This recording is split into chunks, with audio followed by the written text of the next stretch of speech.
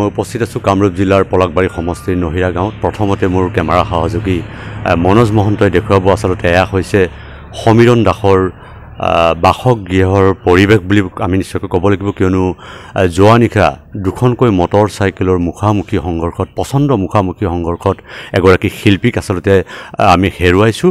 আৰু মই য'ত উপস্থিত আছোঁ এয়া হৈছে সমীৰণ দাসৰ বাসগৃহ, আৰু সমীৰণ দাসৰ পিতৃ মোৰ সৈতে আছে, তেওঁৰ লগৰীয়াসমূহ মোৰ সৈতে আছে। আৰু এক কথাত ক'ব লাগিলে এক কৰুণ ঘটনা বুলি ক'ব লাগিব।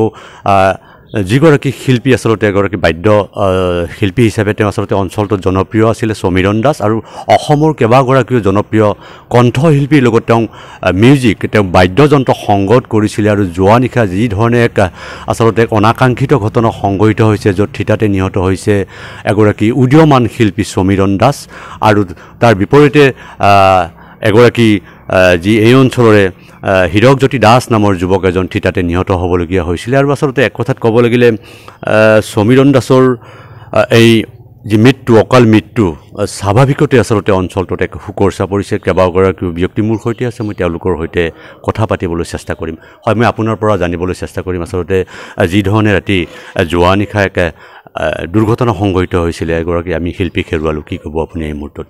আচলতে এইটো বহুত দুখৰ বিষয়। সমীৰণ দাস এজন ভাল বাদ্যযন্ত্ৰী আছিলে, মোৰ আজি আচলতে ক'বলৈ ভাষা নাই। সি বহুত তাৰ আগ্ৰহ আছিলে শিকাৰ, অসমৰ ডাঙৰ ডাঙৰ শিল্পীৰ লগত সি বজাই আছিলে। এইবাৰ বিহুত ঠিক হৈছিলে। তাৰ এনেকুৱা স্বভাৱ আছিলে, সি অমায়িক আছিলে। আপুনি যদি তাক এষাৰ কথা কয়, সি আৰু কেতিয়াও কথা নকয়। সি শুনিছিলে, আপুনি যি কৈছে ক'ব সেইটোৱে শুনিছিলে। সি ডাঙৰ ডাঙৰ শিল্পীৰ লগত বজাইছে, আৰু এইবাৰো সি বিহুত ঠিক হৈছিলে। মই দুদিন আগতেও তাক লগ পাইছিলোঁ, সি মোৰ লগত কথা পাতিছিলে, আমাক বহুত ৰেচপেক্ট কৰে, সন্মান কৰে।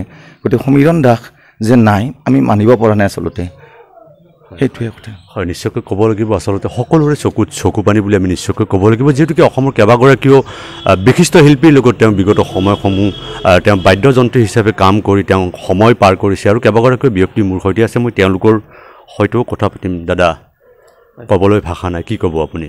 ক'ব মানে ল'ৰাজন ভাইটিৰ দৰে আছিলে, আৰু এনেকুৱা হাঁহিমুখীয়া অমায়িক ল'ৰা আছিলে। য'তেই দেখা পায় বাটত, বাইকতে থাকক বা ক'ৰবাতে থাকক, সি মানে সদায় হাঁহিমুখে মাত দিয়ে, ক'ত যায় বা ক'ৰ পৰা আহিল, এনেকুৱা টাইপৰ।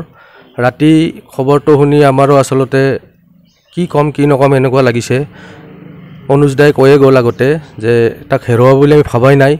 নহিৰাৰ এজন উদীয়মান বাদ্যযন্ত্ৰী হিচাপে হয়তো আমি আশা কৰিছিলোঁ সি আকৌ বহুত ওপৰলৈ যাব, কিন্তু ভগৱানে হয়তো তাক ওপৰত নিব লাগে, সেইকাৰণে হয়তো ঘটনাটো ঘটি গ'ল ৰাতি।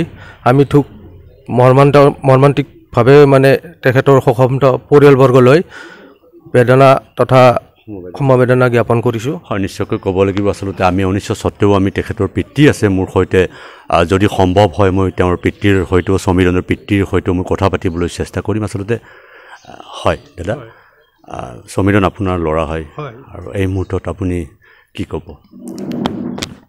তাৰমানে হেৰি হ'ল, সি কালি এজন লগৰ ল'ৰাই তাৰমানে হাই ছেকেণ্ডাৰী পৰীক্ষাৰ ভনীয়েকটো এখন স্কুটি পাইছিল। স্কুটি পাওঁতে তাৰমানে সিয়ে অলপ কাগজ পত্ৰত সহায় কৰি দিছিল। সহায় কৰি দিওঁতে সেই ল'ৰাজনে মাতিলে যে অকলে তুমি আহিবা, খানা এটা তোমাকহে খুৱাম।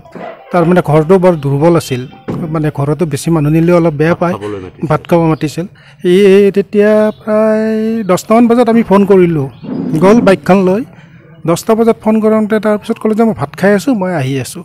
তাৰপিছত আমি আৰু গোটেইবিলাকে ভিতৰত সোমাই শুলোঁ।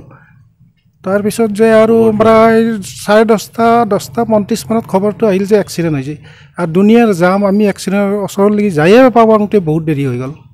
হয় হয়, নিশ্চয়কৈ ক'ব লাগিব এয়া আছিলে সমীৰণ দাসৰ পিতৃ। আৰু বৰ্তমান আচলতে পলাকবাৰী থানাৰ যিহেতুকে সমীৰণৰ মৃতদেহ তাত মৰগত ৰখা হৈছে, আৰু কিছু সময় পিছতে গুৱাহাটী চিকিৎসা মহাবিদ্যালয়লৈ তেওঁক প্ৰেৰণ কৰা হ'ব, আৰু মৰণোত্তৰ পৰীক্ষাৰ পিছত পুনৰ তেওঁৰ স্বগৃহ নহিৰালৈ তেওঁৰ নশ্বৰ দেহ অনা হ'ব।